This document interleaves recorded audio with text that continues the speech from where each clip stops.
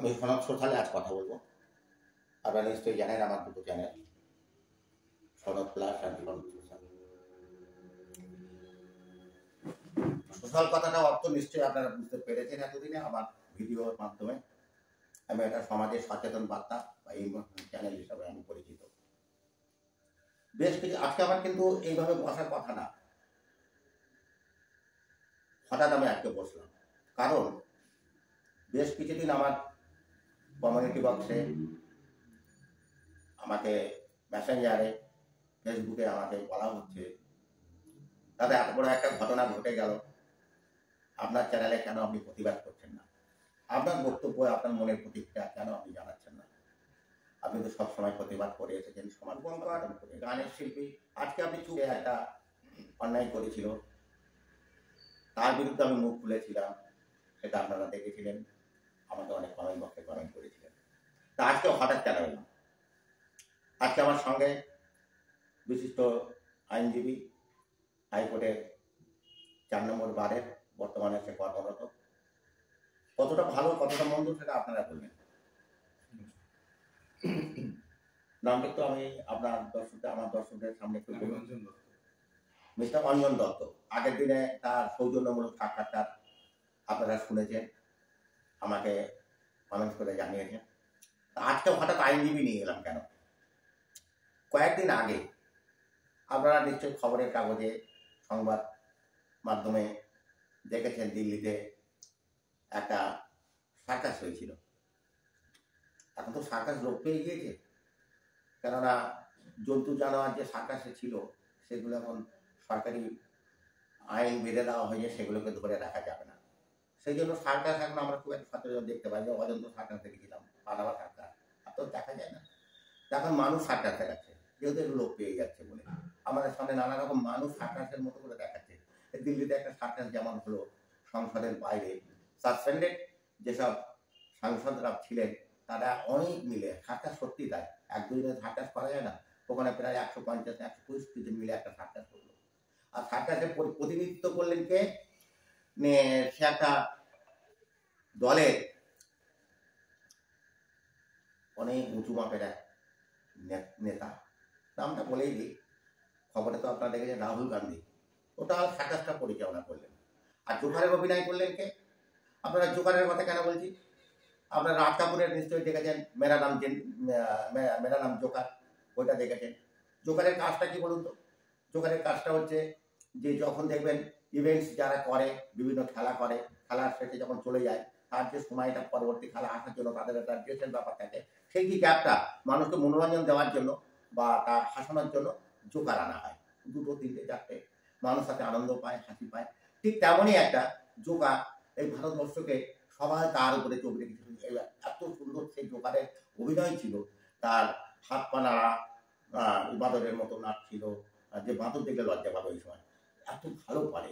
আমি তাকে নিয়ে আজকে এই প্রতিবেদন, আমার তাকে নিয়ে আজকে আমার এই উদ্দেশ্যে আজকে বসা। যেহেতু তিনি একটা বিশিষ্ট আইনজীবী, কথায় কথায় ইংরেজি বলেন, অনেক সাংবাদিকদের সামনে অনেক গল্প করে, অনেক আইনের কথা বলেন। আমি যার জন্য আজকে সেই কোটিরই আরেকজন আইনজীবীকে আজকে আমি এনেছি, তার কাছ থেকে তার প্রতিবেদন, তার প্রতিক্রিয়া শোনার জন্য। আচ্ছা মিস্টার দত্ত, আপনি দেখেছেন যে আমাদের যে রাষ্ট্রপতি, সাধারণত সেটা তো কোনো দল বল নির্বিশেষে সবার রাষ্ট্রপতি, সেটাই তো হওয়া উচিত। রাষ্ট্রপতি একটা ভারতবর্ষের একটা ফার্স্ট পারসন। তাহলে রাষ্ট্রপতিকে এইভাবে কি ব্যঙ্গ বা তাকে নিয়ে সার্কাস, তাকে নিয়ে ম্যাজিক, এই ধরনের যে আচরণ, এটাকে আপনি কি শোভনীয় মনে করেন? হ্যাঁ, এটা উপরাষ্ট্রপতিকে নিয়ে করছিল। উপরাষ্ট্রপতি তো রাষ্ট্রপতি, তার আপনার উপরাষ্ট্রপতি রাষ্ট্রপতি একই নিয়ে এসে যাবে, তা তো ক্ষমতা সম্পন্ন ছিল। আপনার এই প্রশ্নটার উত্তর দিতে গেলে একটা ব্যাপার একটু মাথায় রাখতে হবে। প্রথমত হচ্ছে, যারা এটা করলো বা যিনি এটা করলেন তিনি কে? তিনি হচ্ছে একজন এমপি, মেম্বার অফ পার্লামেন্ট। না, আমি কিন্তু এমপিটা আগে ধরবো না, কারণ তার প্রথম পরিচয় হচ্ছে সেটা লয়ার। আমি আসছি, সে ওখানে গিয়ে ওই সার্কাস বলুন বা ওই যে অ্যাক্টিভিটিগুলো বলুন, সে যে ক্যাপাসিটিতে করেছে সেটা হচ্ছে একটা এমপি ক্যাপাসিটিতে করেছে। এবার দেখুন, এর পাশাপাশি কয়েকটা ব্যাপারকে আপনার মাথায় রাখতে হবে। 1 নম্বর হচ্ছে, এমপি হওয়ার আগে সে একজন আইনজীবী। তো একজন আইনজীবীর আচার আচরণ এরকম হয়ে আছে, একটা নির্দিষ্ট নিয়ম আছে, একটা নির্দিষ্ট ফর্মুলা আছে। আমরা যারা আইন নিয়ে প্র্যাকটিস করি বা আমরা যারা আইনজীবী, যারা জজ সাহেবদের সামনে গিয়ে বিচার চাই, তারা দোল উৎসবে সবার সঙ্গে সারা গায়ে রং মেখে বাদর সাজতে পারি না। অনেকের হয়তো ইচ্ছে করে কিন্তু পারবে না। কারণটা কি? কানের দুপাশে রং লেগে আছে, হাতে রং ভর্তি, এরকম অবস্থায় জজ সাহেবকে মাই লর্ড বলে অ্যাড্রেস করা যায় না। আমরা ইচ্ছে করলেও আমাদের চুলটাকে বিভিন্ন রঙে, লাল, নীল, সাদা, কালো, সবুজ, এই টাইপের রঙে রাঙাতে পারি না। এটা আমাদের মানে মিসবিহেভিয়ার বলা হয়। এটা এটা এটা এটা কোড অফ কন্ডাক্টের পরিপন্থী। একটা ডক্টর, সে কখনো দেখেছেন কোনো ডাক্তার ট্রিটমেন্ট করতে গেছে, কোনো একটা পেশেন্ট বেডে শুয়ে আছে, তার সামনে গিয়ে ডাক্তার? আমি অঞ্জন দত্ত লয়ার না, আমি কল্যাণ বন্দ্যোপাধ্যায় লয়ার না, ব্যক্তি হিসেবে এটাকে এর প্রতিক্রিয়া কি বলতে পারেন আপনি? আপনি আইন থেকে বেরিয়ে আসুন, একটা সাধারণ মানুষ হিসেবে আসুন। পুরোটাই আসছি আমি। এবার ধরুন, দেখতে হবে ভালো করে ব্যাপারগুলোকে, যদি আপনি বিশ্লেষণ করেন, যদি আপনি পর্যালোচনা করেন, তাহলে দেখবেন যে অ্যাকচুয়ালি ওরা কারা, যিনি করলেন এটা বা যিনি এটা করলেন বা যাদের সামনে করলেন তারা কারা? তারা আর কেউ নয়, তারা হচ্ছে অপোজিশন, মানে বিরোধী পক্ষ। বিরোধী পক্ষকে যে পাওয়ারে আছে তার ভুলগুলোকে নিয়ে সমালোচনা করবে বা ভুলগুলোকে ধরিয়ে দেবে, এরকম একটা পার্টি বা এরকম একটা পাওয়ার। এইটুকু বিরোধী পক্ষের কাজ। বিরোধী পক্ষের কাজ কিন্তু সরকারকে সমর্থন করা নয়, সরকারের বিরোধিতা করা, ইন আ লিগ্যাল ওয়ে। একটা নির্দিষ্ট আইনি রাস্তা দিয়ে গিয়ে আপনাকে বিরোধিতা করবেন। আজকে ধরুন যে পাওয়ারে আছে, তুমি তার বিরোধিতা করছো, মানে তোমাকে যে পাওয়ারে আছে তার থেকে ভালো হতে হবে, তোমার কোয়ালিটি তার চাইতে বেটার কোয়ালিটি হতে হবে, তবে তো মানুষ তোমাকে সিলেক্ট করবে। একটা পাওয়ার, মানুষ সেটাকে পরিবর্তন করবে কেন, পরিবর্তন চাইবে কেন?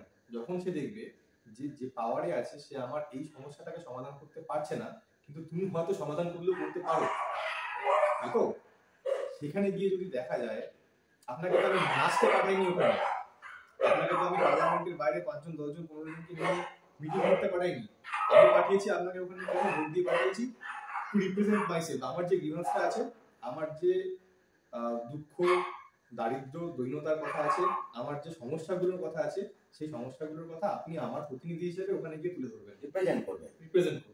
মানে আমার ইন দ্য সেন্স আমার দেশের লোকেদের, যাদের থেকে আপনি সিলেক্টেড হয়েছেন তাদের। তাহলে এখানে উপরাষ্ট্রপতি সে কিভাবে কথা বলছে, কিভাবে খাচ্ছে, কিভাবে সে অভিনয় করছে, কিভাবে হাঁটছে, এটা তো দেখানো না, এটা তো একটা গিমিক, সমাজ গিমিক।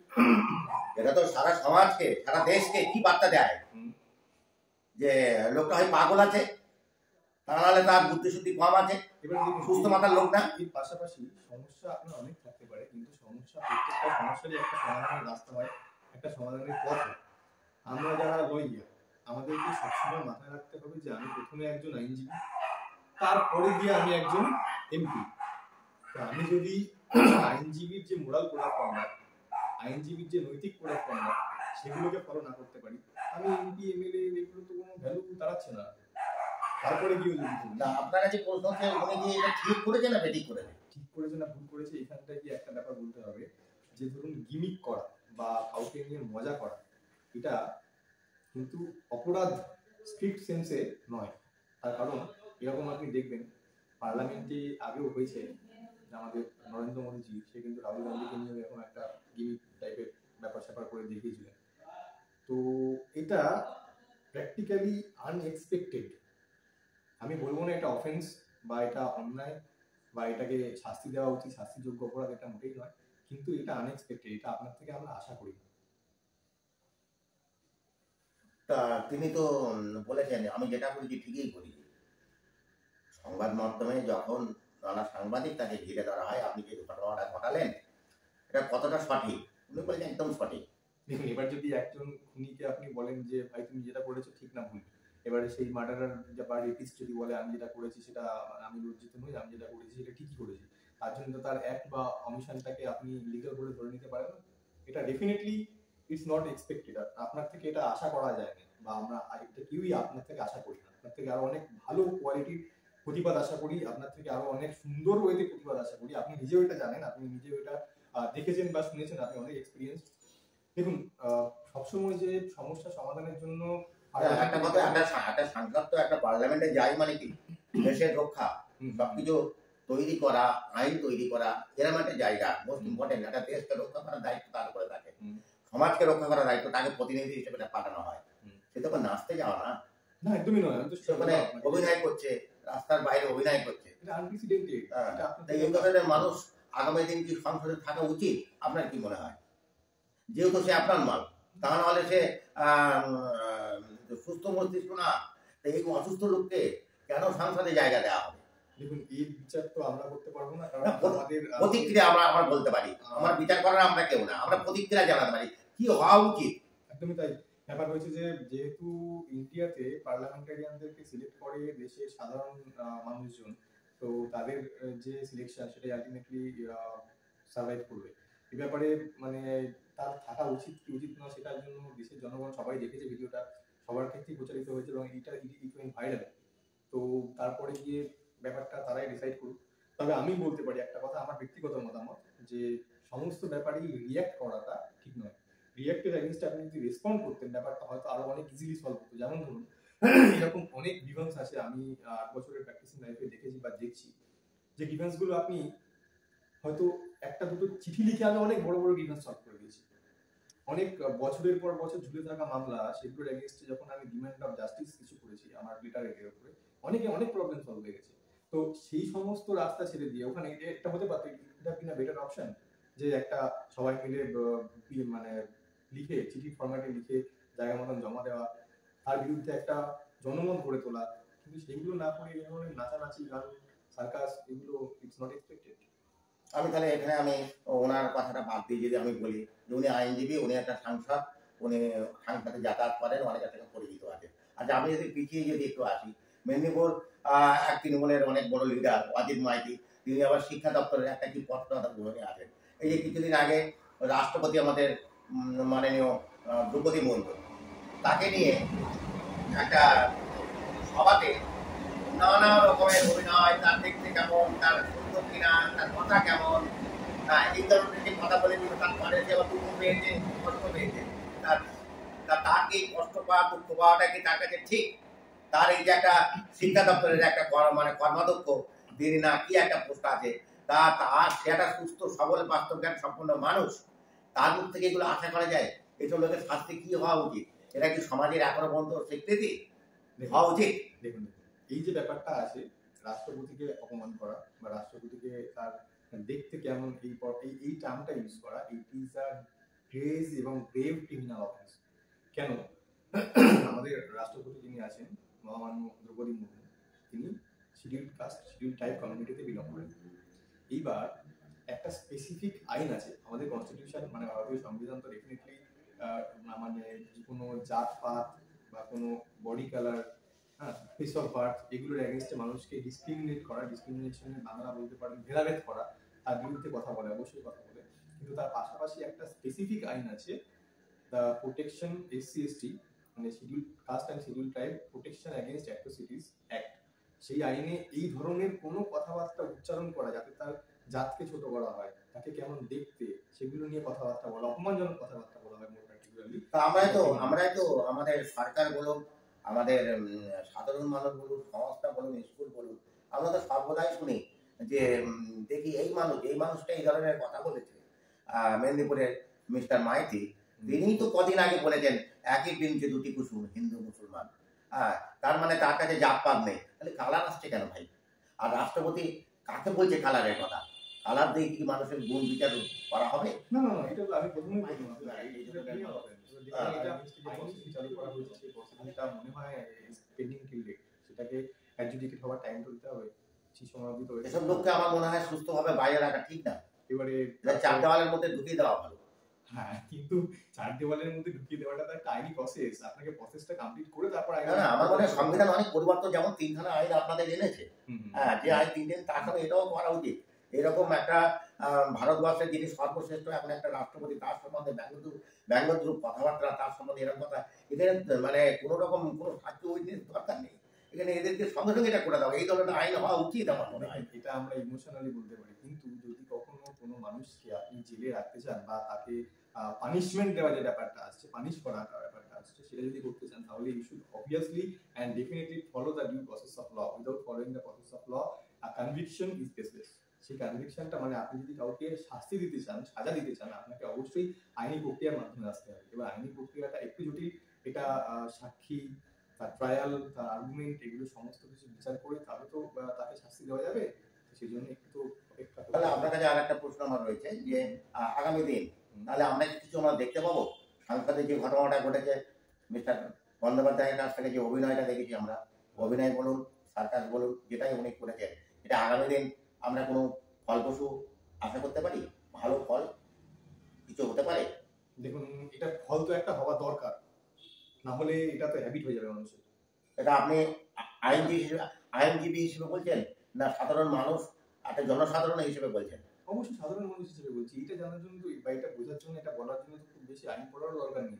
আপনি একটা কনস্টিটিউশনাল পোস্ট, যে সাংবিধানিক পদ তিনি অধিকার করে আছেন, তাকে তার এগেইনস্টে আপনার অনেক ডিমান্ড থাকতে পারে, তার এগেইনস্টে আপনার বহু রাগ থাকতে পারে, বহু অভিযোগ থাকতে পারে, বহু অভাব থাকতে পারে, কিন্তু সেটা জানার মধ্যে একটা প্রপার মেকানিজম আছে, একটা প্রপার ওয়ে আছে। আপনাকে সেই ওয়েটা ফলো করতে হবে, সেই রাস্তা দিয়ে আসতে হবে। আপনি নিজের ইচ্ছে মতন করে নিজের প্রতিবাদ যদি করে ফেলেন তাহলে মুশকিল। তাহলে আমার তাহলে কি আশাবাদী যে আগামী দিন? নিশ্চয়ই আশাবাদী। অন্তত এই ধরনের কাজকর্মগুলো বন্ধ হওয়ার জন্য আশা তো করতেই হবে, কারণ না হলে এগুলো সবাই যদি ফলো করা শুরু করে, real massacre of the democracy. তাহলে আমি আইনের মানুষ হয়ে আইনের দিক থেকে যদি আপনি তাকিয়ে থাকেন, আইনের কথা যদি আপনি বলেন, আইনের দিক থেকে, তাহলে আমরা আশা করতে পারি আগামী দিন কিছু একটা দেখতে পাবো। নিশ্চয়ই। থ্যাংক ইউ আপনার কাছে। আপনার মধ্যে যে প্রতিক্রিয়া, এই যে আপনি বললেন, আপনার মধ্যে মানে আপনার মধ্যে একটা প্রতিক্রিয়া আসছে, এই প্রতিক্রিয়াটা আমি মনে করব সব মানুষের মধ্যে আসুক, সুস্থ সবল মানুষ যাদের মধ্যে এই ধরনের প্রতিক্রিয়া আসবে, আমার মনে হয় তখনই সমগ্র জাতি, মানুষ, আমরা সঠিক পথে এগোতে পারবো।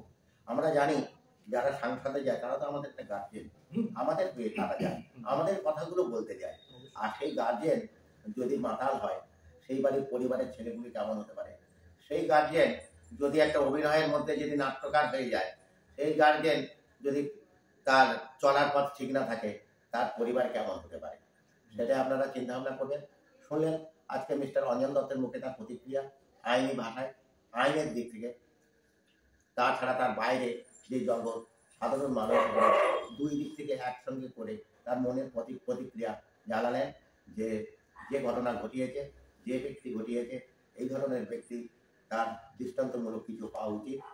শাস্তি আমি বলতে পারি না, শাস্তি দেবে বিচারক, বিচারকের কথা আমি বলতে পারি না, যেটা আমার পক্ষে ক্ষমতা নেই, আমার পক্ষে করার কোনো সাধ্য নেই। কিছু একটা হওয়া যা হোক, এটা দৃষ্টান্তমূলক। আগামী দিন এই ধরনের ঘটনা কেউ যদি করতে যায়, তাকে তিনবার ভাবতে হবে, না এই কথা যেন মনে পড়ে তা এইরকম ঘটনা ঘটেছিল। ধন্যবাদ। আমি অঞ্জন দত্তের কাছে শেষ কথা জিজ্ঞেস করতে চাই, আপনি এই ব্যাপারে কী ধরনের শাস্তি বা কী ধরনের ঘটনা ঘটালে মানব জাতি, ভারতবর্ষের মানুষ কিছুটা হলে স্বস্তি পাবে? কী ধরনের হওয়া উচিত? আপনাদের আইনি ভাষায় কি বলতে চান আপনি? এটা এরকম ভাবে বলা যায় না বা বলা উচিত নয়, কারণ এটা পুরোটা বেসড অন ট্রায়াল। একটা ম্যাটার ধরুন যখন কোর্টে পেন্ডিং থাকে বা কোর্ট বা আদালতে যখন একটা মামলা চলতে থাকে, তখন তার বিষয়ে খুব বেশি কমেন্ট করা, আমি এখন ধরুন বলতেই পারি এটা 50 বছরের জেল দাও, 10 বছরের জেল দাও, বাট ইট ইজ কোয়াইট, মানে এটা শোনাবে একটা পাগলের মতন কথাবার্তা। ঠিক আছে, যখন একটা প্রসেস ইজ অনগোয়িং, আপনি যখন একটা আইনের দ্বারস্থ হয়েছেন এবং সেই মামলাটি যখন চলছে, তখন আপনাকে বিচারের উপরে ভরসা রাখতে হবে, অপেক্ষা করতে হবে, জজ সাহেব যে কথা বলবেন সেটাই ফাইনাল। কি কি সেকশন চার্জ হতে পারে এই সাবজেক্টের উপর? এটাও ডিপেন্ড করবে যে প্রসিকিউশন এজেন্সি মামলাটা দিচ্ছে তাদের উপর। আচ্ছা, ধন্যবাদ। আজকে আমাদের এই প্রতিবাদ যেটুকুনি সময় আমরা বললাম, আপনারা নিশ্চয়ই আমার কথায় কতটা ভালো লাগবে, কতটা ভালো লাগবে না আমার কমেন্ট বক্সে জানাবেন, এবং যাদের ভালো লাগবে তারা নিশ্চয়ই আমার মতন এইভাবে প্রতিবাদ করবেন এবং সোচ্চার হবেন। তবে আমরা সামনে এগিয়ে যেতে পারবো, আলো দেখতে পাবো, অন্ধকার অনেকটা কেটে যাবে। এই বলে আজকে আমি আমার বক্তব্য এখানে শেষ করছি। ধন্যবাদ। হ্যাঁ, অঞ্জনবাবু, আপনার অমূল্য সময় আজকে আমার জন্য দিয়েছেন, আপনাকে অনেক অনেক ধন্যবাদ। আর আমার দর্শকদের বলবো যে আজকে অঞ্জনবাবু সত্যি অনেক সময় নষ্ট করে আজকে উনি আমার সঙ্গে বসেছেন। আমার বন্ধুদের বলবো আপনাদেরও যদি কোনো বিপদ হয় আগামী দিন আপনারা জানাবেন। আমি চেষ্টা করব অঞ্জনবাবুর কাছে ছুটে যাব, তার কাছ থেকে সলভ কী করে হবে কীভাবে সাজেশন দেবো